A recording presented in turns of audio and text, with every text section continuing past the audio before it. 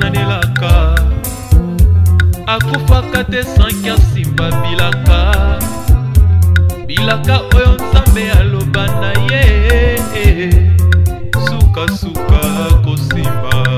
Mbote na bino balandi ya Yokatoli émission na bino ya conseil ozali komema changement bako komela biso epelé bako féliciter biso pe ko remercier biso. Merci, on est là, ezali fardon nzamba pesi biso pona ko telemisa conscience ya peuple congolais nebi ke nzambe nde akopambola biso na musala utakosala kolonla ba congolais na kati na paresse na kati na humiliation po nzamba sala yo po za la mutu munene nzamba sala po otambola na sima batu te ozala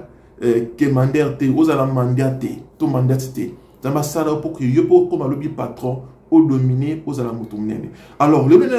na sujet moko ezali très important pour na biso bana mboka bolanda ngo pe bo partager ngo makasi na ye côté la bino lelo vidéo ya batu o lelo bazali kozwa mbongo na kati na facilité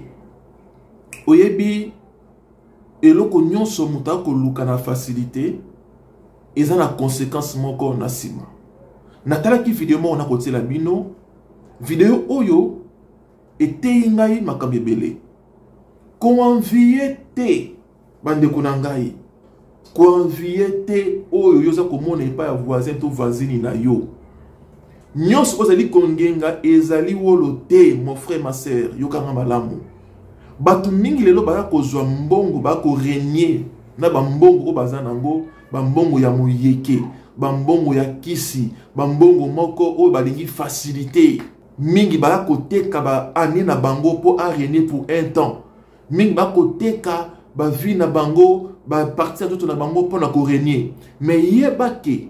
na kati na koluka koteka ba partir tout no to koteka bambula na yo okanisi ki ekosili sa souffrance na yo non tant yo teki bambula na yo po na okoma mozui pour un certain temps yebake diable azali toujours risé oyo nzambe abongisa po na yo yango kaka ye akozwa akomemela yo angolo okasaki loko yenda peso lipamboli na non ayibi yo oyo nzambe abongisela yo na tan na yo po na yo ko bénéficier na yango lananga très bien mon frère ma sœur diable azali mokosi monene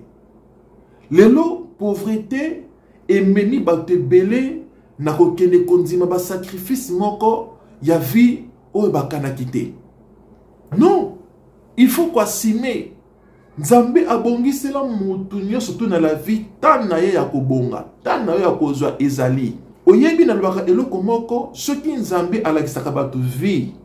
na mutu ndenge ya kozala lobi mais peut-être bato oyo bazali tout autour na yo bakoki kobanda koservi yo lokola roi même si oza na kati na moment ya souffrance okomprendre te mais nakosouffri ndenge bato bakosunga ngai boye po bayebi nani yo kozala lobi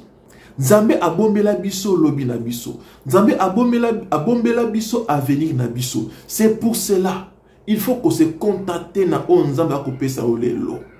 kozala sérieux na la vie ko luka mbongo facilité te ko kene ko simba kisite po yo o régner ndeko na ngai. Après cette vie il y a encore une vie qui nous attend. Il faut que barango après vie o ezana vie moko za kozela biso lelo bakoki okoteka bambula na yo pona o régner pona o dominer mais yebake tango okoteka bambula na yo diable akozwa kaka yo après un moment comme so esclave de sous quelque part. Vie après cette vie il y a une autre vie qui nous attend.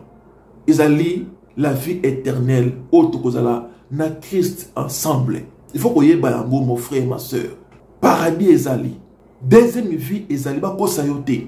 que donc vivre une fois pour toutes. Non, il y a une vie qui nous attend après cette vie. Ce qu'on va te dire, vie na malamu, oyebi nzambe, osali nzambe, yeba ki après cette vie, il y a une vie qui nous attend tous. Kokene kosimba kisite pour na orenie, kosimba kisite pour na o zalamutu munene, lobi e ko rattraper yo,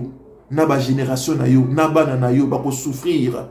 na problème oyo côté si bango. Ok, kosimba kis po na o régner mais tant okokufa okotika bana na yo na condition nini okotika libota na yo na condition nini ndeko na ngai tozwa mayele to luka via kimia via sérieux nzambe apesaka Yokatoli.